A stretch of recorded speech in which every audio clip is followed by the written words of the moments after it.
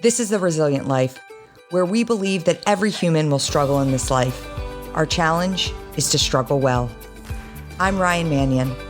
I lost my brother to war, my mom to cancer, and I'm the daughter of a retired Marine. I'm also a wife, mom, author, and president of one of the nation's leading veteran service organizations. Join me and some incredible guests as we explore the value of struggling well through life's inevitable challenges. Okay, we are back with another episode of the Resilient Life podcast. I'm bringing on my very, very dear friend, Jimmy Letchford, to join us here today. Jimmy, welcome to the Resilient Life. Thanks. I'm so honored. When you reached out to me, I was like, geez, I've been waiting for this invite for so long. Really, I have. But it's so great to be here. It's always good to see you, Rye. Yeah. I'd say you're more like a sis than you are a really, really dear friend. But I agree. The feeling is mutual. And I was just sharing with Jimmy before we started that my husband reminded me last night. I said, "Oh, I'm going to have Jimmy on the podcast and going to talk to him about kind of his journey at Navy and the Marine Corps, from CrossFit to Goruck and everything in between." And he said, "Yeah, well, don't forget to talk to him about Travis." And, I looked back over, the 70 plus episodes that we've released in the last 2 years and realized that, Jimmy, you're the first person that I brought on that actually knew my brother and was friends with my brother. And, so we'll start with a little background and context for everyone. Jimmy is the chief growth officer at Goruck, our great partners and friends. But my friendship, brother sisterhood with Jimmy started when I was 18 years old. And, Jimmy and Travis went to Navy together. They wrestled together. And in fact, I think you guys wrestled each other before you got to Navy. Is that correct? Yeah, we did. Yeah. We did. I'll tell that story here, but we certainly did. That's so go on. Yeah. But so I got to know Jimmy at the academy as one of my brother's close friends. There's probably a lot of stories we're not going to share today from those days at the Naval Academy. That's right. This is PG, right? PG-13. Yeah, we're normally, we get a clean rating on most of our episodes. So, but after that, Jimmy was like, I always talk about one of the things, Jimmy, I always talk about when I'm out talking about Travis is I say, when we lost Travis, obviously the creation of the Travis Manion Foundation brought purpose to our lives, right? Being able to help others and grow a mission that bared his name. But for me, and it still continues today, there is nothing that brings me more comfort and makes me feel close to Travis than being around people that he was friends with, the people he went to Navy with, the people he served in the Marine Corps with. And I always say, every time I'm around Travis's friends, it feels like there's a piece of him in the room, and to this day, 15 years later, I still hear stories about Travis that I'd never heard before. And I often laugh because a lot of the stories I continue to hear are stories he probably never wanted us to But those are the stories that as time goes by, we hear. And so you've been such an incredible friend to not just my family, but to the growth of the Travis Manion Foundation over the years. And so, again, it's awesome to have you here, kind of go through this journey with you. And, I feel like we've been down this linear path together over the past 15 years. But let's kind of bring it back to the beginning. We're both from the Philadelphia area too. We have that kinship. Diehard Eagles fans. That's right. The last few guests I've had on have all been diehard Eagles fans too. So I don't know if there's a trend happening here, but you grew up just over the bridge in South Jersey. And let's talk a little bit about wrestling. How did you get into the sport of wrestling? How did it take you to the Naval Academy, and what role did it play in your life? Yeah, sure. Well, thanks for that intro. Gosh, you have me like tearing up over here. Yeah, I did. I started wrestling. I mean, for anybody that's in the Northeast, you know that wrestling's life, right? So it's football season, wrestling season, baseball season, then the summers back to freestyle wrestling season. Started when I was 4, and just like any kid starting at 4 years old in the sport of wrestling, it's tough, but I had great parents that continued to urge me to not quit. And I'm so glad that they did, because the sport of wrestling is like no other. And I mean, you being a wrestling family, it. The wrestling families out there listening, they know it. But the sport's just amazing, right? But I continued to wrestle, and all the way through high school.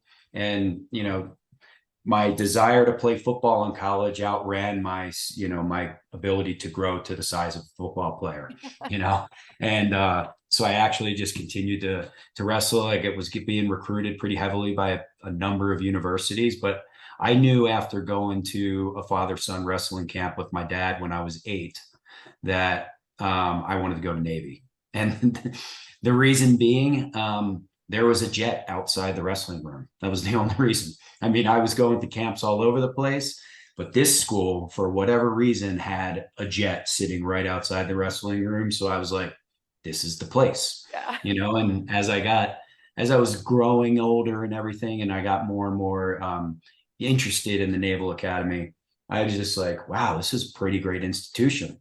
What other school can you go to that gives you a great academic, gives you great academics and a great degree? You have a job at the end. You get to serve your company, or your country. Yeah. You get to serve your country, and then you get to wrestle. Yeah. And I was just like, this is fantastic. So I was dead set on going to Navy from the earlier days. And so when I started to get recruited for wrestling through high school, it was kind of like, okay, I'll consider all these other places, but I was really waiting for that Navy letter, and eventually got it. And some from West Point and Air Force Academy. And, it turns out I actually got into Navy, but didn't get a nomination.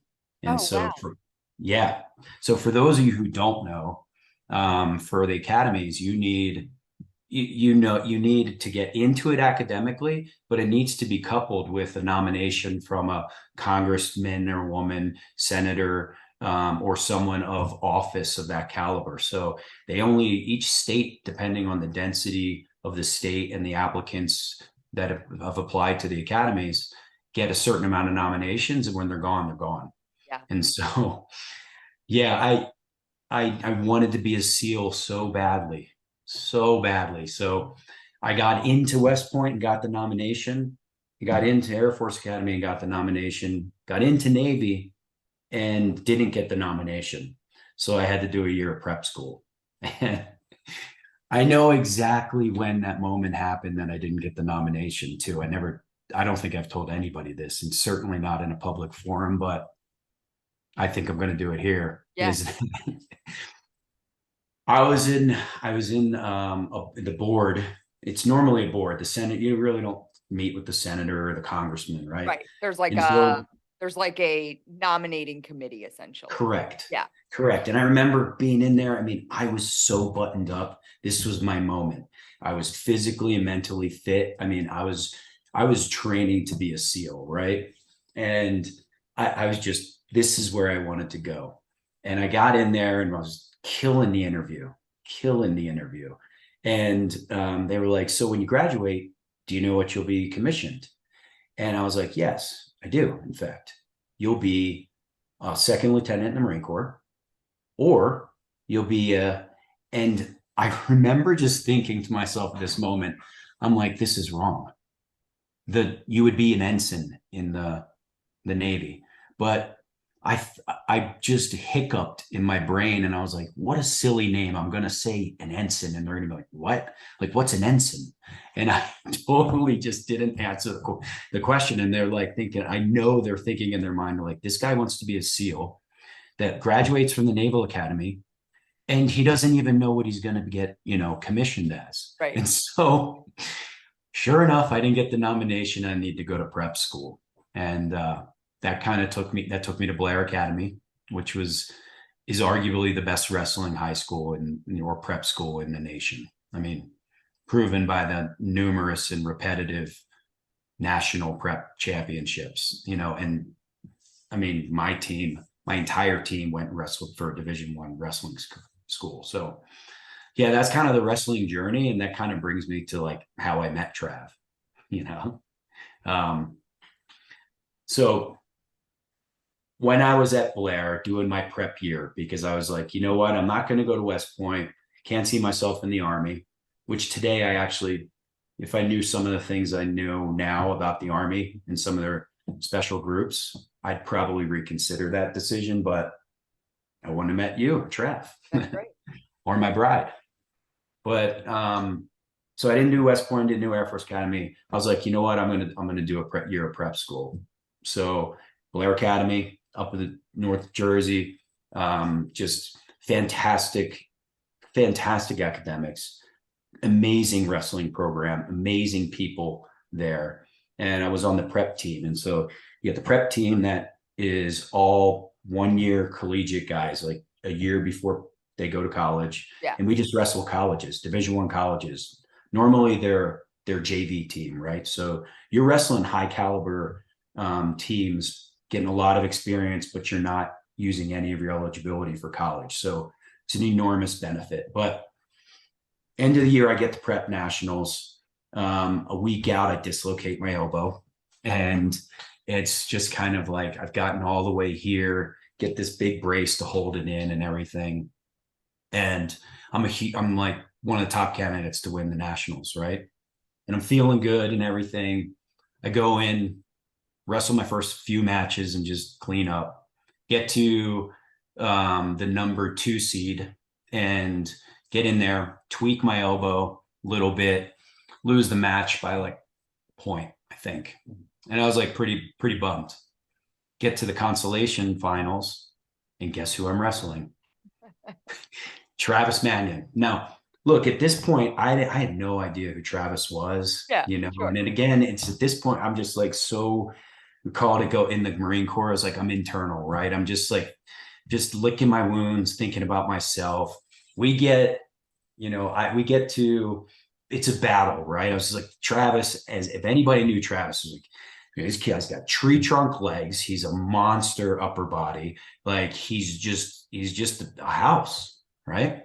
And I'm wrestling Trav, and I'm up, I'm up a point, I think, is at the end, at the buzzer. And I'm in on a single leg, and I'm on kind of my knees and my belly. And Trav goes around to the side where my elbow is, goes around, scores, wins. And I get off the mat, and Coach Buxton, who anybody knows him, I walk over. Instead of like him giving me a hug, he punches me right in the chest. And I was just like walked off, right? Well, fast forward to plebe summer, go through plebe summer, and then on Sundays they start opening up like church for the plebes to go to. And that's like a down day. You're like off limits. The plebes are off limits on Sunday mornings. So I go to church, and then we go to like this donut social at I can't remember, McDonough Hall. Yeah. There where the hockey rink and everything is. Yep.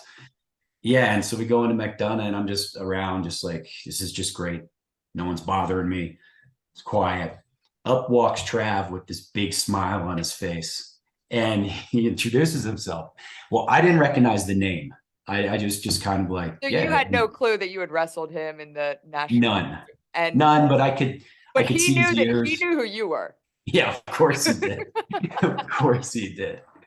And like, Travis was like a fierce warrior, and anybody who knew him knew he was fierce, but anyone who really knew him knew how much like he was a goofball. Like there was always levity, and it was always like, you wanted to laugh, you hang around Trav, like you're always going to have a good time. And he comes up with that enormous smile he had, and he introduces himself, and he's like, yeah, I beat you in prep nationals. It's like, thinking to myself, I'm like, oh, this guy, here we go, and it was just kind of like, he had no qualms about doing it, but he also wasn't there to like, it wasn't about, it wasn't about like him saying like, hey, I beat you. It Like, wasn't his ego, like, I beat you. no. He was coming up like, oh yeah, I know you. I beat you in the nationals, Yeah. Yeah. Yeah. That's right. That's right. So it kind of like quickly, we started like, it was Sundays. We were different companies running around, chopping is what they used to call it, right? You're just running around doing your plebe summer thing, but I'd see him on Sundays. And then those started to evolve throughout the rest of the year or the rest of the summer into the varsity wrestling team would start drilling. And so we got to know each other pretty quickly just because we were same weight class, same class year, got to see each other a lot. And like, it just became a quick friendship. I'll pause there for a second. Yeah. Yeah, that's awesome. I love that. I actually remember when Travis was going, like, I remember your name coming up, like, in conversation around the dinner table, like, that a guy Travis had wrestled at the nationals was going to Navy too. So, like, I Yeah. knew your name before I knew who you were. And, I mean, I always talk about, it's funny, Jimmy, because, I've got little Travis now, and Mm-hmm. he's 9 years old. And, you know, at 4 years old, I contacted the Raiders, which is like the club program Travis grew up wrestling for. You can start it at age 5. And I'm like, hey, Ryan Manion here. My son Travis, like, he's 4, but I know you have to be 5. They're like, oh no, he's in. He's in. And I'm like, okay, great. So at 4 years old, I'm like, I've got him in his singlet and his headgear, and I'm taking pictures of it. And I'm like, I have a post, and I still have it up, and it's like, here's to the next, 18 years in dirty Yep. gyms and sweaty mats. And I was like ready for the journey with him. I'm like, it's on, right? Yeah. He quit after that season, I mean, and to Dave and I talk about, like, it's a little bit on us because I tried to throw him in at 4 years old, and he's a big kid. So he's wrestling like Mm-hmm. 7-year-olds when he was 4. I remember the one match he went out to, the dad's like slapping the kid in the face. He's got a little rat tail and a 6-pack. Oh boy. And Travis is smiling at me like, do. And he goes out, and the kid like had him on his back in like 1.2 seconds. And Yeah. Travis's face is like just smushed into the mat. And he looks at me, and there's just like a tear coming out the corner of his eye. And I was like, oh God. But Yeah. like, he has like an aversion, like, and he plays every sport: basketball, football, lacrosse, baseball, like, you name it, he'll try it. He loves it. He's at basketball camp now. He's got football camp next week, lacrosse camp last week. And I bring up the word wrestling. He's like, no, I don't want to wrestle. Mm-hmm. And that took me a minute to like get over. And granted, he's 9 years old. You very well may come around, and I have, but I like, from the day he was born, I mean, Joel Sherritt, the former wrestling coach at Navy, who, you wrestled Yeah. up. I mean, he's sending me singlets and headgear, like, Oh, and yeah. Travis is like 3 days old, and I was like, Right. it's on, and so, Oh, yeah. it's been like tough, but like growing up in that environment, for if you don't grow up with somebody wrestling, like, it's very different than other sports, like from the perspective of the athlete themselves, but also from the family and friends that are there supporting that athlete. And I look at it honestly now, like, I'm okay that my 9-year-old's not on the wrestling mat, because I think of the times, and Jimmy, you knew my mom as well, Yep. who has since passed away, but my mom was, she was a force. And I believe that. and she was on those sidelines, and I was just watching back on like some of Travis's old wrestling videos, and they're videos that were filmed by Navy, right? So like Mm-hmm. Navy filmed these videos. So it's not like my mom behind the camcorder. But the stands are packed, and you can hear my mom. Like, you saw that video Right. of that just last year, the mom that breaks her glasses in half when her Yes. lost, like, that was my mom. Like, when I Yeah. watched that video, I was like, oh, Janet Manion definitely did that at some point over, the Yeah. 20 years that Travis wrestled, right? And so but there's such an intensity in that sport. And I think because of that, like there's a real closeness because Right. you're watching like sons and brothers compete on the mat, and the families are sitting there, and like if it's not your son that's wrestling on the mat at that time, like you feel that same sense of like That's passion right. and like energy for the kid that's out there, and you're with their family. So it creates like really close bonds. And That's right. you Well, know, yeah, and your parents, they would go everywhere. yeah, Like mine, they would do as much travel as they possibly could to follow the team around, yeah, and that just further reinforces your point that like the community that's built around the sport of wrestling is pretty special, yeah. and wrestlers are, like this is going to sound very, self-indulging, but I mean, wrestlers are pretty special themselves. Yeah. I can't tell you, there's two things, right? And I tell this to my son because um, we can get into all the military stuff soon, but regularly people look at me and they see the ears, right, or whatever, or they know I was a wrestler, or well, in the on the jiu-jitsu mat or whatever it looks like. But two things people say is like, I wish I wrestled, and I wish I served my country. It was like those two things people say to me all the time. Or if they did wrestle, they wish I wrestled longer, or something like that. And it's not even because of the capabilities of a wrestler. If they've wrestled their entire life, they're there, right? But it's more of the fact that like, they recognize that they could have done what is arguably the hardest sport on planet Earth, right? It's the first sport, right? First sport, cavemen wrestling over whatever reason, but like, and it's first Olympic sport, but like there's something special about a wrestler 4 or 24 stepping on the mat, and the work that they've put in is what's going to define the outcome of what happens in the match. Yeah. Right. And that's all sports, but it's like, you're the only one out there, All it's on like, you, right? exactly. And I've learned so many lessons from that sport from, hey, like you got to put the work in, right? And like you can pick whatever, pick your job, pick friendships, pick marriage, pick, the military. It's just like the work you put into anything is like is going to drive outcome. And it's like, yeah, of course, right? But it's like you really gotta do it it's a sweat equity thing. And when you're tired and you're hungry and you're dehydrated, this is when it's happening. When you don't want to wake up and you're sore or whatever, is when it's happening. At the Naval Academy, it's like you finished 4 hours of homework after you got back to your room after wrestling practice at 8 p.m. You got to do your homework. And then it's like, I probably should go out for a run at like midnight. Yeah. And you got to be up in formation at 6. It's like how this goes, right? And like, there's something very special that teaches you all throughout, your youth to your teenage years, to your formative kind of later teenage years, to, into college, that carry on into careers and leadership positions and companies and all that. Is like, look, the work you put in is what you're going to get out of this, right? Yeah. And I learned one of the greatest things I've ever learned in the sport of wrestling is to never leave it up to the referee, right? And like, this isn't just about the sport.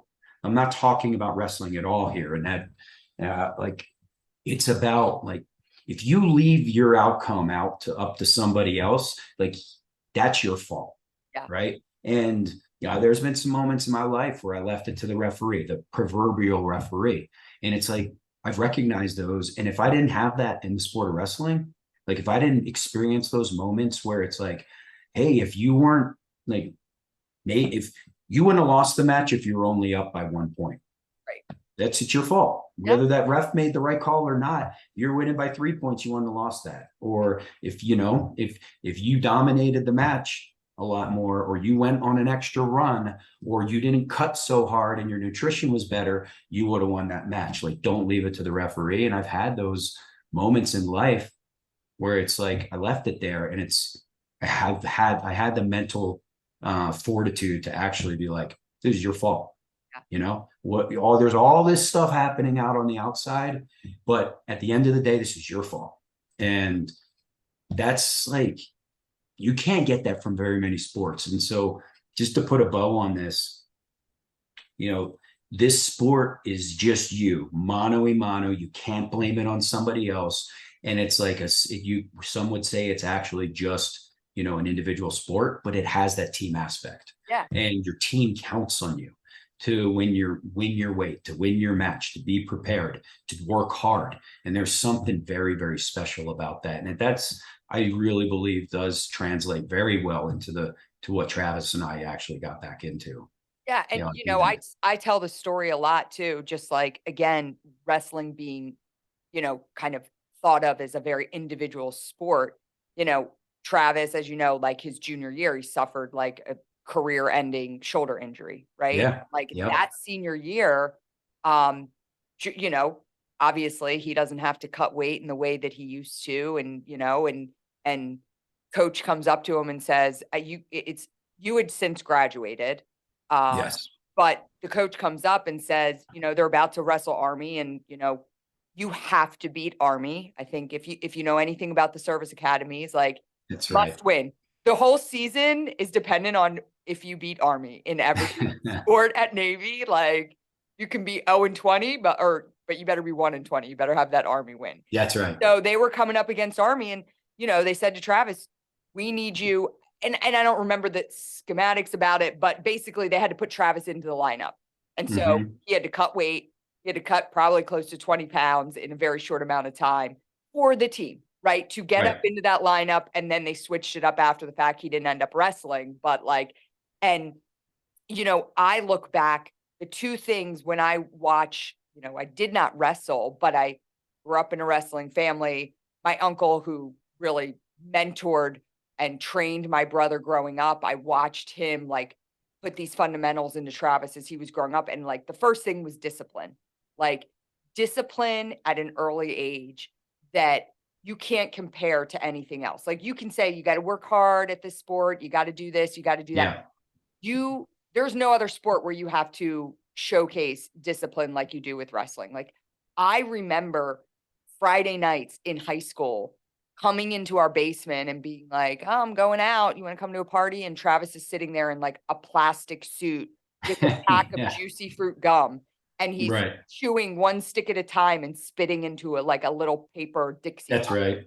And I would be later with my 6-pack of Sierra Nevada Pale Ale, walking out the door, and be this kid's nuts. But looking back on it, I didn't have an ounce of that kind of discipline when I was his age. And the other thing is about wrestling, you can't hide. That's right. With other team sports, in the big moments, and I always say this to my kids because they play team sports, like lacrosse, my oldest daughter is going to Navy to play lacrosse. She's been recruited. And I tell her, you always have to step up in those big moments, right? And it's very easy to hide in those big moments, where there's 30 seconds left and you need a goal. Well, you could be I'm going to pass it to this girl and hope she gets the ball in, right? And then there's no pressure on me if I miss it, right? And so in wrestling, you don't have that choice. That's right. You do not have that choice. So those are two things when I look at the sport of just it's what tears me up a little bit that I haven't gotten Travis there yet. But, those are so important. Yes. And things that I watched that carried later on in life for Travis. And I think for many of the wrestlers that I know throughout the country that wrestled with him, I see it in all of you. So yeah, it's really special. And we have 5 kids, my wife and I, and we have 1 boy and then 4 girls, and similar to Joel, for those of you who don't know Joel Sharrett, he's as intense. I mean, him and Travis we would wrestle very regularly. Joel was about 190 pounds. Travis and I wrestled, depending on the year, between 184 and 197. And Joel was Joel's an animal. I mean, I think he's 3 or 4 time All-American, 2-time national champ. From Iowa, went to Iowa. Yeah, from University of Iowa. In just Dan Gable days.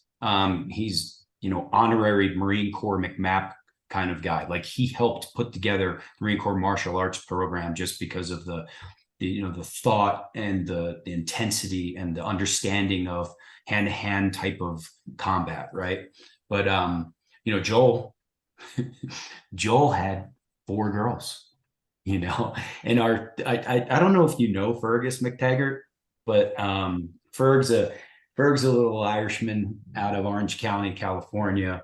He coaches a lot of fighters. Him and Joel came to know each other and very close. I know Ferg too, and we got to talking one day, and he's got this really deep Irish accent, and he's just like, "Well, fellas," he's like, "killers make girls." He's like, "Killers make girls," is what he says. So and well, and our COO at the Travis Manion Foundation, Josh Jabin, also a Navy wrestler. He's got 3 daughters, That's right. Yeah. That's right.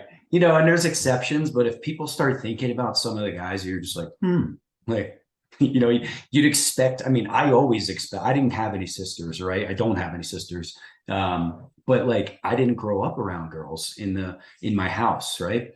And, so I was thinking like, yeah, my wife and I, we're going to have 5 kids. It's 5 wrestlers, 5 boys. And, we got my son into it early. He did it for a couple of years and wasn't having a great go, and he decided to quit. And, I was really good about that in my own mind. I was just like, okay, kid, no problem. Yeah. 2 years went by, and he really wanted to go back. And I'm like, look, we go back, that's fine. But like you were mentioning, Rye, like these are long, you're practicing pretty much every night. You're in a gym probably the entire weekend. Yeah. And like, this is, the family's committed to the sport. So I'm like, if you go back, like you got to commit. Yeah. And he did. And he committed all the way until his junior year in high school. And when he wanted to quit, and I was less forgiving on that. And here's why. He wanted to quit, and I was like, look, kid, like you're right there. Like, and he was right there on what I was hoping he got from the sport. And it wasn't medals, and it wasn't championships. It wasn't any of that. It was to know that like there's a moment in the sport of wrestling when a wrestler understands, it all clicks. And I'm not talking about going from a high crotch to a double leg to take them to their back, and that's clicking. That's part of it. But it's more of it clicks that, you know what, like the work that I'm putting in won me that match in the last 3 seconds. Yeah. Or like they earned it. And when that happens, then the lessons really begin. And he hadn't had any of those moments yet. And so it got intense in the Letchford household for a little bit. And then I'll tell you that he ultimately did not quit.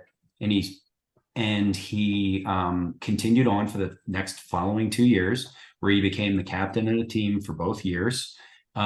He had those moments. He wrestled really well this year, like made it to states. But what I'm most proud about is he was the first kid from his high school to become All-American. And it was all centered around leadership. And so the state of Utah wrestling, and just ironically, the United States Marine Corps present this award to only a select few amount of wrestlers. And it's like, he got that leadership award, that All-American leadership award, because of him and his character.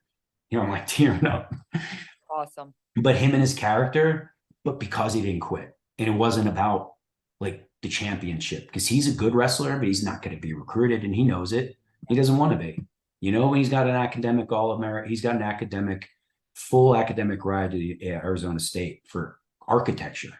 And it's like, how could you not be more proud of a kid? He learned a lot of those things on the mat. And now what's awesome is that female wrestling is exploding. It is exploding. Yeah. And it's a sanctioned sport in Utah, where I live. And it's sanctioned in a lot of other states. The collegiate programs are coming together and starting to put together some female teams, which is amazing. Yeah, I think Iowa has a female team, right? Were they the first? Yes, they do. They came out with the first team. Yep. Yeah. Well, and then now you see these little girls, and they whoop up on the boys. I know. And I still have friends who have little kids that wrestle, and they're like, when they're up against a girl, I'm like, oh crap. Yeah.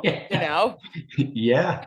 Yeah, and it's uncomfortable. Like, you know, girls will wrestle girls in the sanctioned states, but sometimes they'll go and wrestle. I mean, when I was growing up, there were a couple tough girls. Yeah. Now, they were the outcasts, you know, they weren't, it wasn't as integrated. They're tough girls. Yeah. And this isn't, you know, self-defense. Yeah, of course. Like everybody should be able to defend themselves and defend others in my mind, right? So there's an element there, but it's more of the element of like the empowerment and the, you know, the ability to be in a sport that you can learn the same lessons that the boys have always been able to learn.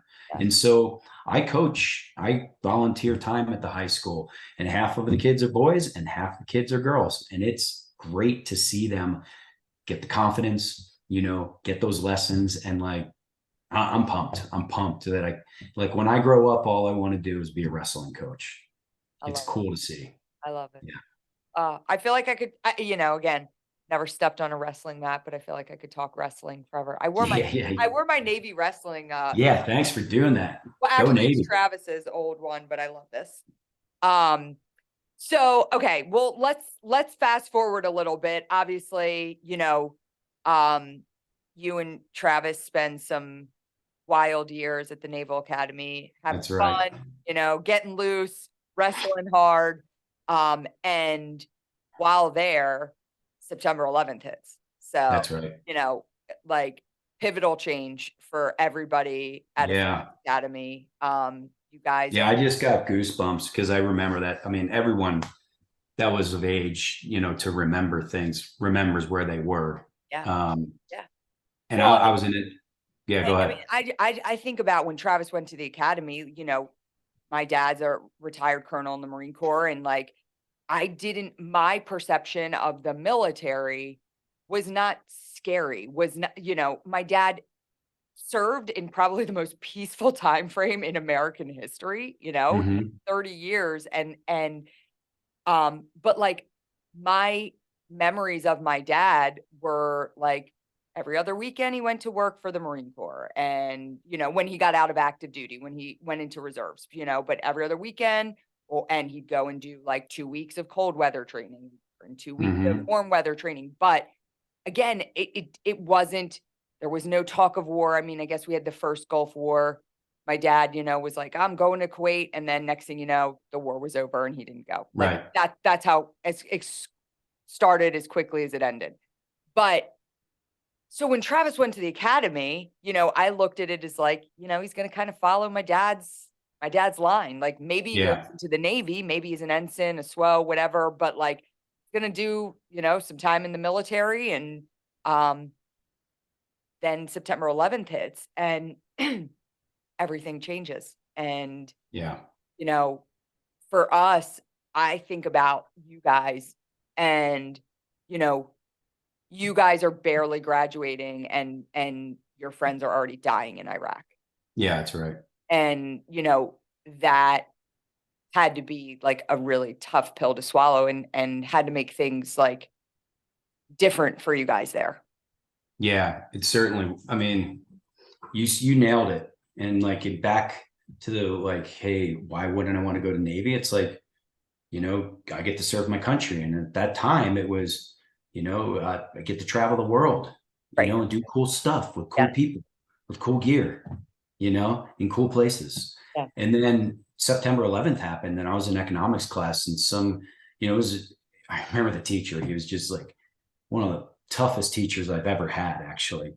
And one of the midshipmen came back from the bathroom and he goes, plane just flew into one of the World Trade Centers. And everyone's like, what?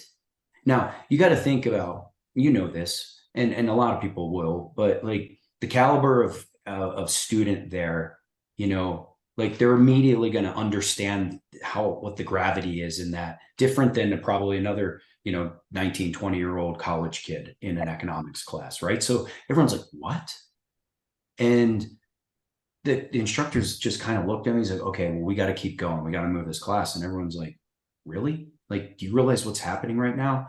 And so we got out of that class, and then school started to like slow down, you know, because I mean, your academic days at the academy, it's not like a regular college where you're like, you got a class in the morning and then you go off, you know, and do whatever for the Take a day. nap. It's like one after the other for the full day.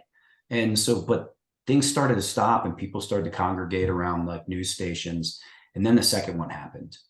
And it was just kind of like immediately the F-18s circling around the academy, you know, rumors going around. The Marines at the gates were hardening the gates. I mean, it was like really weird. Everyone say, let's go back to your like. They sent you back to the dorms, right? Yeah, they sent us back to the dorms. And then that evening, and this is where I always get goosebumps off of this, and I'm getting them now. But like we all went over to the big where the Navy wrestling gym is. I mean the match. Alumni Hall. Alumni Hall. Jeez, I can't believe I forgot that. But we go there, and General John Allen, he was Colonel John Allen at the time, Lieutenant Colonel John Allen, I believe, but he was the commandant or maybe deputy commandant at the time. Kind of doesn't matter because there weren't a lot of Marines on the yard, and the ones that were on there were sharp, like razor sharp. And I remember General Allen getting up there, and I'll never forget this. He said, and he started off, and it was very somber, obviously. I mean, September 11th was somber for anyone. And midshipmen are just like on the edge of their seat. And he was just like, make no doubt about it. Every single one of you will be going to war. And it was like, whoa, like this isn't traveling the world anymore. This is like, this is real. This is real. And I'm sure, I don't have facts on this, but I am sure those words caused a lot of people to leave the academy. Yeah. Like to just basically be like, I didn't sign up for this. Yeah.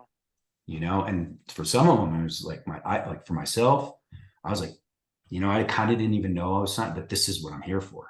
Yeah. Like, and it was just, I mean, it took a little bit for those who remember. We didn't go to war the next day. You know, certain things happened, but it took a good year or so for us to get engaged. Well, you know, we were engaged a little bit in Afghanistan first, and then, you know, we went up into Iraq. But by the time the war was kicking off, I'm graduating and headed off to infantry officers course, you know, and then it was like, it's on, you know, and I met my wife right in between that. In fact, Rye, you were there that evening, weren't you? You weren't with Travis and I when I met my wife, but I think you were in Atlantic City. I know your parents were for sure. I was. Okay. Yeah. And met my wife, in fact, yesterday, 20 years ago, June 28th of 2003. And I remember too, because I remember you had met Madeline, and then the next thing you know, you were like engaged and then married. Like it was quick. Yeah, for sure. I mean, besides the fact that like I knew that she was the one. Sure, you know, of course. You know, like it was a different time. Yeah, that's what I was gonna say. I think it's like it was the time, right? It was like, what are we waiting for, right? Yeah, it was like this is like we're leaving. I'm leaving, you know, and it wasn't. I'd do it all over again if I had 15 years. You know, I'd probably do the same exact thing. But I say all that because you mentioned it earlier. It's like, you know, by the time I'm going to IOC, we had, I think we had lost Ronnie Winchester at that point, you know, and then it was just like things, it was a blur. It was a blur because you left the infantry officers course. Madeline's pregnant. You know, I was supposed to go to 3-5, in fact. And the IOC instructors put me with 1-1 instead, so I could see Jimmy born, my son. But like then JP Blecksmith died in Al Fajr, you know, with 3-5, you know, and then it's like I'm in Baghdad at the time that's happening. And it's just like things, you know, it was a time, right? So there was no waiting around for getting married and having kids and all that stuff, because you'd go and you train up for 6 months, and a lot of your training cycles, you weren't even home. And then you'd go and deploy, you'd come home 6 months, work back up, go back and deploy. Yeah. And it was crazy. I mean, I look at like all of your time at the academy is almost like the glory days, right? And then it was just like right after that, it was like, oh shit, just got real. Like as soon Yeah, as you guys, I feel like from the day Travis graduated, I blinked and he was in Iraq. Like that's right. it was that quick. And like those years at the academy were so like, I mean, they were, obviously you guys were the ones like going to school, but like, Yeah. you know, I was an hour and a half away in Philadelphia. I was coming down a lot. My parents Yeah, I were remember that. there. We Yeah. had a lot of fun. It was like these like really fun times. And then all of a sudden it was just like, okay, now you guys got to go. And so, um, I think about that was 2004 when Travis graduated. Then, he's in Iraq in '05. You guys are like Mhm. running like kind of parallel to each other with different deployments. Uh, Yeah. where where were you when Travis was killed? I know exactly where I was. I was transitioning to CrossFit. Well, I started to do some trainings with CrossFit. I was in Canada, and um, there was So like, you're out of the Marine Corps at this point. no, I was transitioning out at the Okay. time. Okay. So, how I found CrossFit, I found it personally. One of my Marines is like, hey, sir, you got to check this out. Cause I was always training my guys like pretty austere, you know, hand fighting, tire flips, and all the crazy stuff. Right. And he's like, you got to check this CrossFit stuff out. So I did. And I started training CrossFit. And then I started to train my units CrossFit. And I got some headquarters Marine Corps attention at the time. They're like, hey, what are you doing out there? Do you want to go to a seminar? And I'm like, yeah, let's do it. So Yeah. they sent me to a seminar, and they're like, just write a report. At the time, we were starting the McMap program, was really starting to come alive. And when I was up there in Canada, there was really I didn't like have an international plan or anything like that. So Madeline found out. I think Janet might have called her. I can't remember how she found out, but she had to email customer service at CrossFit to say, hey, I need you to get Jimmy to call me Wow. at home. And I called her, and I remember where I was standing and everything. And I was around a bunch of other guys who were either serving or had served and lost buddies. And she told me, she's like, Travis was killed last night. And I was like, because it was our night or whatever. And I was like, I couldn't believe, I was like, I don't even remember having a thought. It was just like, no, that's not what, it's not possible. It can't be possible, you know? And and then like when it set in, I was just devastated, like just completely broke down. You know what I mean? And like, yeah, I mean, Travis, you just said we were overlapping, right? We were having, on my second deployment, we were having quite a deployment. Let's just like, business was good. It was like really good. We came back to like, we were out at some forward operating bases. So for those who don't know, out in Iraq, there's a lot of major bases, like Baghdad and Camp Fallujah and Camp Victory. And there's all these big ones where it's like a lot of infrastructure and cafeterias and maintenance places. And they're very inside the wire is the term, right? It's just like where the big things are. But we were out in forward operating bases where you're talking about hardened up hotels that you took over with sandbags in the windows and, no bathroom facilities. So you use the restroom in a bag and then you're burning it in a pit and, you're eating MREs and everybody's got to be on watch all the time. So we were operating out there. We had come back to do some maintenance, I think, on our Humvees or whatever. And every Marine was just like real food. And so we're dirty and nasty and sweaty and just like camouflage utility uniforms are like, just like feel like cardboard because when you sweat, it's like the salt comes out, Yeah. and then it's dehydrated. And like, Yep. So you walk into this chow hall and I'm sitting there and I'm just like by myself at this table. And I just remember as clear as day. And Trav sat down similar. I mean, it couldn't be a degree off from the first time I met him when he sat down. Now, Trav was clean and he was just smiling. He's like, That buddy, was how his you first doing? appointment, right? That was his first appointment, Yeah. my second. Yeah. And we get to talking or whatever, and you know, just catching up. And I had time. We were waiting for maintenance and all this stuff, and we were just enjoying the air conditioning. And Trav, we're catching up, and it got to the point where he's like, "Look, I'm like bored out of my mind of this deployment." He was like, "I really want to get outside the wire." And I'll tell you, like, you know, the deployment we were having are just kind of like, okay, no, you don't, Yeah. you know. But he did, and you know, we were catching up.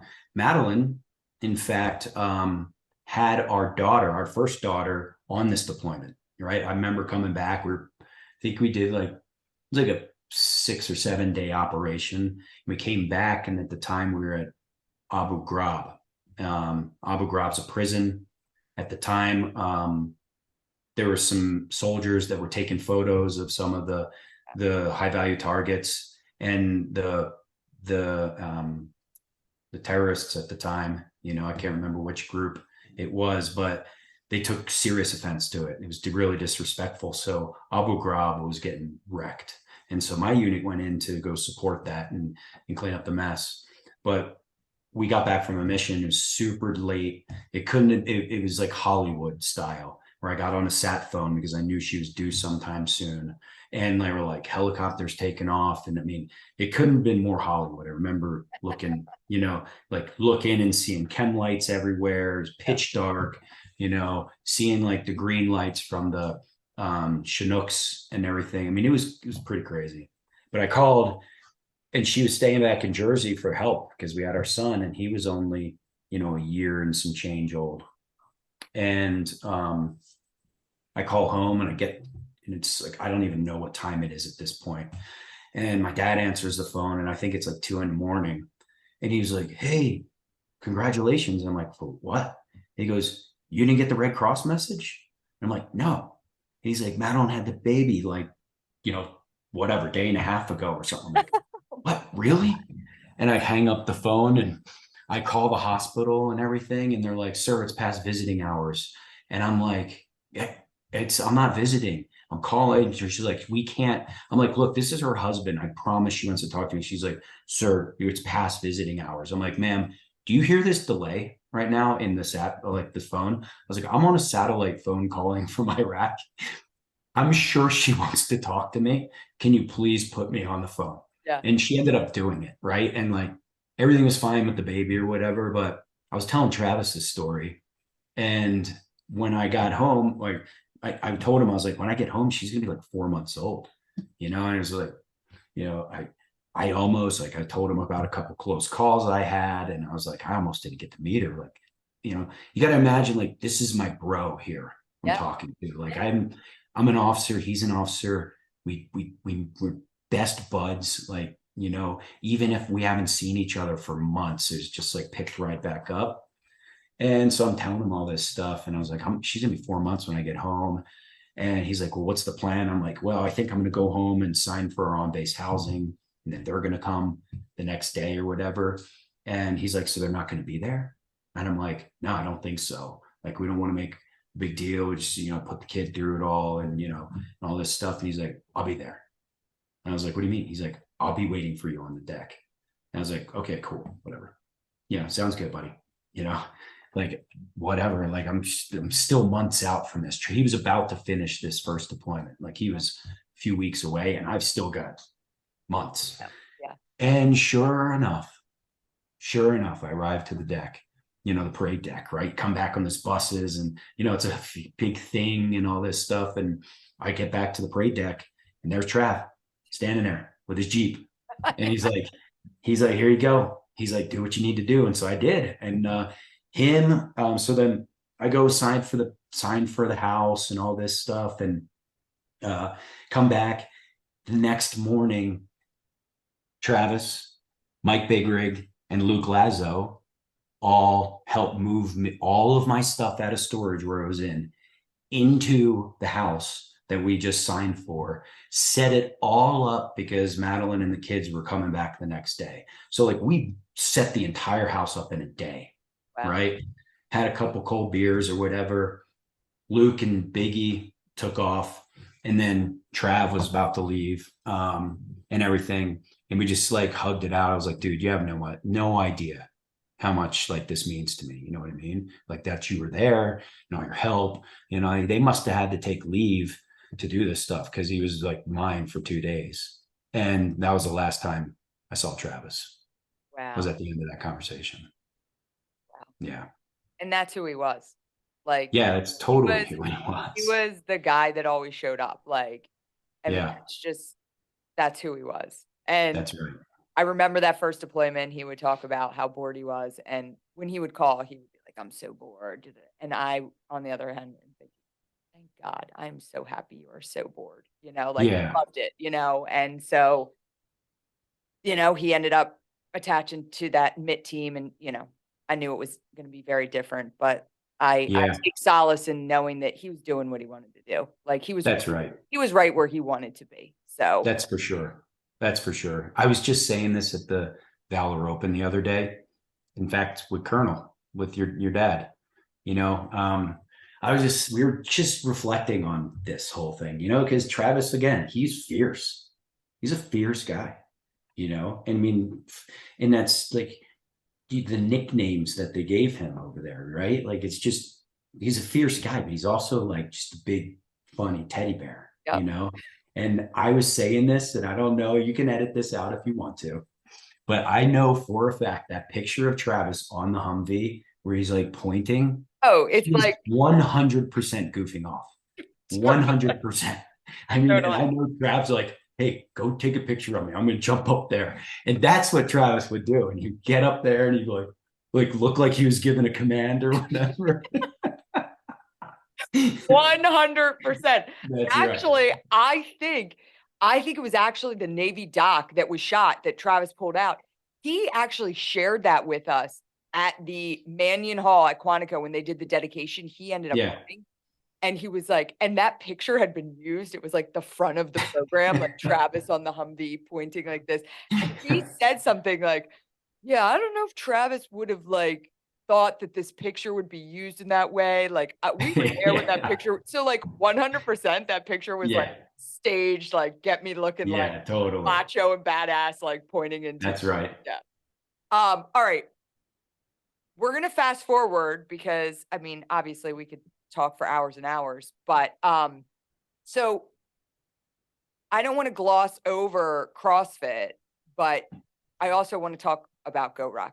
And so, you know, I mean, listen, you leave the Marine Corps and you enter, you're one of the early guys at CrossFit, and you know, we're pivotal about in the you know, kind of the growth of CrossFit and what it is today. And you know, my first take on CrossFit was you. Like I learned about CrossFit through you and what you were doing there, and you know how you were helping to drive and grow that company from the very beginning. And you know, we've got the Manion WOD today, which is like a WOD that we run nationally at hundreds of CrossFit gyms across the country.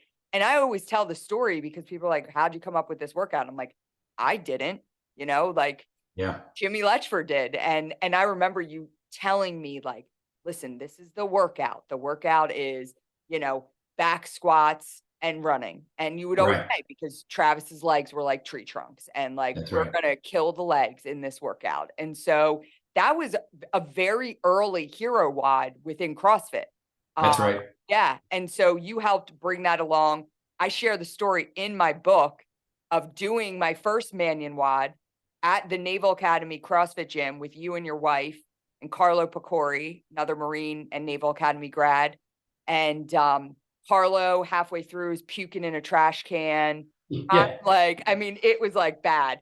I'm like, gung ho. Yeah. Like, let's go. I remember you know, Jimmy's wife is like super buff, super fit. I'm trying to like keep up with her, and I'm using the 45-pound bar and, you know, probably have done like 20 squats in the last year. I'm gonna go all out and do like a couple hundred, you know, in 30 minutes. And I felt like $1,000,000 after that workout because like Yeah. the adrenaline's going. And then Carlo and I proceed to like go back to my parents' house in Annapolis and for 2 days lied on the couch and like ordered pizza and watched like depressing Yeah. movies. And I texted you because I literally could not sit down on the toilet. Like I was like, I can't even lower my body. And I'm like, Jimmy, like something's wrong. And you're like, you got to get the fuck up. Like, you got to move the Yeah. lactic acid in your That's right. legs, you know? But like, I love how much that has grown. I love how much that workout has grown and how the CrossFit community has embraced it. I love reading, you know, there's so many message boards for the CrossFit community. And always in the month of April, when we're executing the Manion WOD, I love to go on and read like, who the hell came up with this workout? This is BS. Like, and I love it. Like, I'm just like, this is so awesome. So Yeah, you're supposed to suffer in those hero workouts, you yeah, know, they have to be that, you know, and I'll tell you, I've done a lot of hero workouts. You know, the Manion workout, that's gotta be top 3 worst, yeah, you know, and the idea is like that you're paying homage, right? Like you're gonna, you know, these guys and gals that have given all for others, you know, it's like you can give it all during the workout. So that one needed to hurt. But I'll tell you, like, I love you, Trav, but I do not look forward to that workout every year. I do not look forward to it. I'm kind of like, you know, everyone's like, you come to the, you know, the anniversary, this and that and the other thing, and all I can think about is like, I got to do Manion soon. Like, oh crap, it's April. Manion WOD's coming up. yeah, So again, not to kind of gloss over because you did so many things at CrossFit and played such a huge role there, but I think I'd love to talk a little bit more about Goruck and what you're doing there. yeah, that's You know, sure. I love it. so you know, Goruck. If you listen to this program regularly, you know how much I talk about rucking, and you know it's become a part of my fitness routine. When I had Jason McCarthy, Yeah. the founder of Goruck, on, I've actually had him on twice. I had him on during the pre-COVID and then in the middle of COVID, and we just kind of, Hmm. you know, went back and forth about the isolation thing and everything Yeah. going on. Right. But you know, during that, I remember I did my first ruck with Jason in Georgia at like this off-site like ranch, and he gave me a rucksack. He showed up, gave me a rucksack, and he's like, "Let's go for a walk," you know? And it was like he wanted me to experience like what rucking was all about. And like I come from a place of like if you can breathe while you're working out, you're not working out hard enough. So like the concept Right. of like, well, we want to be able to keep a pace where we can have a constant conversation.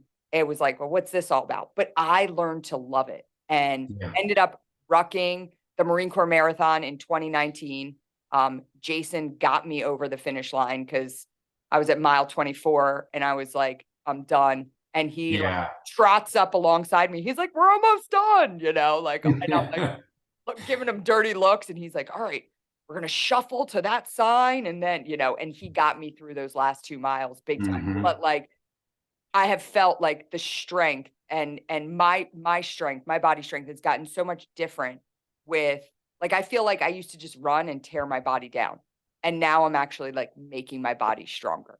You know, Yeah. there's such a big That's difference right. in that. And so like you joined not too long ago as the chief growth officer. And you Yes. know, why don't you tell us a little bit about Goruck and like what's new, what's coming up, and like the power of the Goruck community? Because Yeah, sure. I see similarities of what you're doing now with Goruck, you know, in what you did with CrossFit. So That's right. yeah. Yeah. Well, what's interesting though, is I met Jason because of you. And so Oh, like I've known about GoRuck for a long yeah. time. When I was at CrossFit, like I was at the CrossFit games. We had the GoRuck rucks in some of the events. I mean, GoRuck is this awesome, authentic, just grassroots, gritty brand, right? And everybody knew it they knew it then, and they know it now, right? But I was at the CrossFit games and I bumped into Jason. He was walking around with somebody because GoRuck was a big sponsor that year. And I bumped into Jason. I think I had a TMF shirt on. Okay. And he looked at me and he said, he's like, you know TMF? And I'm like, yeah, I know TMF. And he's like, really? And I'm like, he starts asking me something. He's like, I just think I did some, he might have just told me that he did the marathon with you or something like that, but he brought your name up. And I'm like, oh, I know Ryan. I was like, send her a picture of us. And I don't know if you I remember him remember that. sending, Yes, yeah. I do. Yes. So I think he was kind of vetting me at the time. And he also didn't know what I did at CrossFit too. And so he, we sent to that picture and then we always kept in touch after that. Right. And we started talking when I was at CrossFit. He's like, just call me up and he'd ask me some questions. And I'm like, yeah, man, anytime. Like, I'll help you. He sent me a ruck and I was like, I'll help you for anything. You know what I mean? Like, you don't have to do anything. And we just always chatted. Right. Fast forward a few years, I'd left CrossFit. I'm, just on great terms and on my own accord. I just wanted to do some different things. And Jason's like, I want to get you more involved with Goruck. I'm like, cool, let's do it. Yeah. And that evolved into being invited to the board of advisors. And so I went out. This was probably 2.5 years ago from here. I went out to a board of advisors meeting, sat with a bunch of people and just like took off the gloves and talked about the brand a little bit. And Jason's like, after that, he's like, I want to get you more involved. So I went on contract with them for a little bit, to a larger contract, to a bigger contract, to the point where they're like, hey, can you come on to be the growth officer? And I said, yeah, I love this brand. And I do. There's something extremely special about Goruck. The people that work there, there's about 45, 48 employees at this point. People there are just amazing. They're just upbeat, live the brand, on a mission to make better people is really it. Like it used to be make better Americans, build better Americans, right? And now that we're a global company, it's build better people, right? We're going to build better people through communities, bring people together. Do that, put on a backpack, let's go out for a walk and talk. Like that's the essence of just coming together, right? Yeah. And that's what the company lives for. We make gear that's like good enough for special forces. Jason, for those of you who listen to the Jason podcast, he's a special forces guy, Army special forces, and it's a unique group of individuals because the SF community, their motto is by, with, and through. Right. And that's like they go into communities and they embed themselves in these communities and to build better community, to build economic systems or, self-defense, or to defend themselves against, local, depending on the situation, warlords, the terrorists or whatever. But this SF community embeds itself there to help support it to get on its feet and then ultimately to be able to walk away, always willing to be side by side, shoulder to shoulder kind of thing and fight the fight, but more of to help other people do that. Yeah. So what we do is we build communities and we build gear for those communities that's good enough for the SF guy, right? And if it's good enough for the SF guy, well, it's sure as hell good enough for you. And so we put a lifetime guarantee on all our products. And it's because if you can figure out a way to rip it or tear it or break it, like, you probably won't, but if you do, we will fix it or we'll send you a new one. Right. And like that kind of ethos in a company, like it just reverberates out to the employees and they're just like so stoked to come to work. Right. And so Goruck's been thriving over the last 2 years, and some of it I think is a slingshot off of COVID, a little bit, could be. I mean, how could it not? I mean, the whole fitness industry is just blown up. I had people literally when I'm working out in my garage gym with the door open, coming up and offering me like 5X for all the equipment in my gym. Yeah.